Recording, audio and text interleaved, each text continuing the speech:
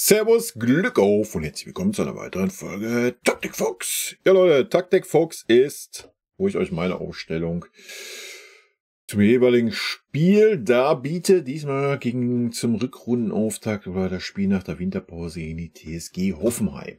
Ja, in den Kommentaren stand ja schon beim Freundschaftsspiel gegen Basel, die Mannschaft stellt sich von alleine auf.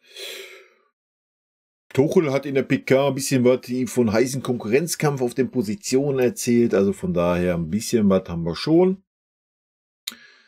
Aber klar, ich denke, Neuer ist im Tor. Ich denke, Harry Kane ist im Sturm. Darauf können wir uns schon mal festlegen. Des Weiteren können wir uns natürlich auf die Innenverteidigung festlegen. Da ist noch kein Konkurrenzkampf, auch wenn Eric Dyer kurz davor ist, fix zu sein. Trotzdem wird dann natürlich noch nicht irgendwie in die Startelf drängen. Von daher sind wir bei Kim und natürlich De Ligt, sofern ich ihn finde. Ja, die sollten gesetzt sein. Alles andere ist eigentlich relativ offen. Ne? Gut, Sané noch. Ja, Sané wird gesetzt sein. Wird bei mir auch gesetzt sein. Ich hoffe einfach, dass er jetzt wieder Vollgas gibt. Es wäre wünschenswert. Ja, ansonsten, ja, wie gesagt, ich stelle euch meine Aufstellung vor. Bei mir würde Kimmich einen Rechtsverteidiger spielen. Ich würde mit dem Pavlovic auf der 6 starten. Linksverteidiger würde ich persönlich in Kretzig bringen. Davis hat auch im Spiel gegen Basel absolut nicht überzeugt. Der sollte einfach mal einen Denkzettel kriegen. Punkt. Ja, und ich weiß nicht, warum Kretzig so gnadenlos ignoriert wird. Ja, vielleicht hat er nicht das super Level, aber ich denke, das Niveau von Davis erreicht er allemal aktuell. Ja, also von daher würde bei mir in Kretzig da mal anfangen. Kommen wir zu 8. Auf der 8er Position haben wir, ja, 3 Möglichkeiten. Wir haben Guerrero, Goretzka. Okay, wir könnten das aber natürlich auch anders gestalten. Kretzig ist natürlich das Risiko, weil einfach gar keine Spielpraxis. Nehmen wir einen Guerrero, bringen wir den als Linksverteidiger, das macht mehr Sinn, weil er hat auf jeden Fall Spielpraxis und ich sehe ihn jetzt nicht auf der 8er Position. Unbedingt gegen Hoffenheim. Ich würde einen Conny bringen auf die 8. Conny ist wieder fit, Conny ist Pressingmaschine. Ich würde ihn gerne auf der 8 genau als dieses sehen. Ich denke, das passt super mit dem Pavlovic. Weil Pavlovic jetzt nicht so der nach vorne Verteidigende ist, sondern wirklich so diese Holding Six. Von daher denke ich, das passt ganz gut. Des Weiteren wird bei mir Müller anfangen anstatt Coman. Coman ist im Moment auch in keiner guten Form. Wir haben auch gehört, er hat irgendwelche Sorgen mit der Wirbelsäule und so weiter. Vielleicht hängt das damit zusammen einfach. Goretzka wäre natürlich der erste Backup, war. Hier können wir direkt schon mal eintragen. Zack. Aber Goretzka hat mich gegen Basel einfach auch maßlos enttäuscht, auch wenn er keinen Bock auf Innenverteidigung hat. Muss man trotzdem eine andere Einstellung am Tag legen. Das war gar nichts und von daher wird er bei mir draußen hocken. Ja, da Müller außen spielt, natürlich Musiala vorne drin.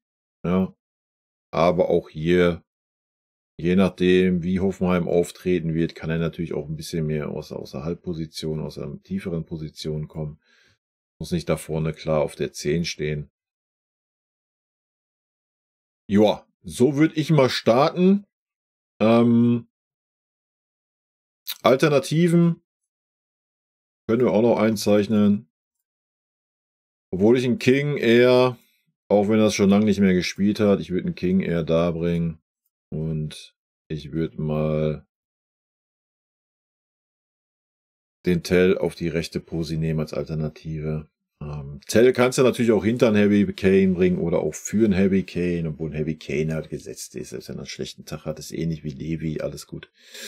Also bleibt für Tell aktuell nur die Position außen. Ich sehe Coman aber lieber über links, weil er da einfach Ja, da ist er stärker. Also über rechts war das bisher nicht wirklich gut. Ja, ist er vielleicht ein Tacken torgefährlicher über rechts? Weiß ich nicht. Über links hat er mir bisher in seiner Bayern-Zeit als Vorbereiter auf jeden Fall besser gefallen. Und wir haben Harry Kane da vorne drin stehen. Wir sind nicht mehr darauf angewiesen zu sagen, ja, unsere Außenspieler müssen unbedingt die Hütten machen. Nee, unsere Außenspieler brauchen nur Harry einsetzen. Der macht das schon. Ja. Das haben wir jahrelang mit dem Levi gespielt. Von daher ist das nicht das Problem. Ansonsten haben wir natürlich noch Choupo-Moting. Der wäre bei mir komplett außen vor. Ganz ehrlich, das wäre einer meiner letzten Alternativen, wenn alle Stricke reißen würden, irgendwie ich keine Alternativen mehr hätte. Ja. Für Guerrero haben wir natürlich einen Davis. Allerdings würde ich in Davis mal einen Denkzettel verpassen. Der wird bei mir 90 Minuten auf der Bank sitzen. Es sei denn, Guerrero verletzt sich oder sonst was. Oder ist wirklich grottenschlecht. Aber selbst dann würde ich wahrscheinlich eher einen Kretzig bringen und den Davis einfach mal wirklich pausieren lassen. Ansonsten haben wir natürlich auch den Kretzig noch für außen. Ja, oder auch für eine offensivere Position in der Mitte kann er auch spielen. Ja. Das sind unsere Alternativen. Viel mehr gibt der Kader aktuell nicht her. Ja, wir haben natürlich noch den einen oder anderen Jugendspieler. Ich weiß nicht, wer davon mit auf der Bank ist. Ansonsten, ja, na klar, Conny Leimer ist dann so die erste Alternative. Ja, wenn Kimmich irgendwie nicht kann, nicht will, wie auch immer.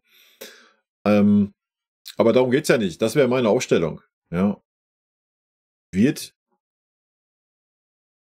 zu 90% nicht so kommen. Ja. Ich gehe davon aus, dass die Aufstellung sein wird: Leimer, De Ligt, Kim, Davis. Mitte wird Kimmich spielen. Vielleicht mit dem Guerrero. Hat es nicht so schlecht gemacht. Ansonsten sehr wahrscheinlich wieder mit dem Leon in der Startformation. Vorne wird Harry Kane spielen, links Sané und rechts bin ich gespannt, ob man Koman den Müller vorzieht, kann ich nicht wirklich gerade beurteilen. Ja, haut mir gerne eure Aufstellung rein. Insofern das noch relativ kurzfristig passiert, kann ich mir das auch noch reinziehen vom Spiel. Ja, in diesem Sinne, Leute.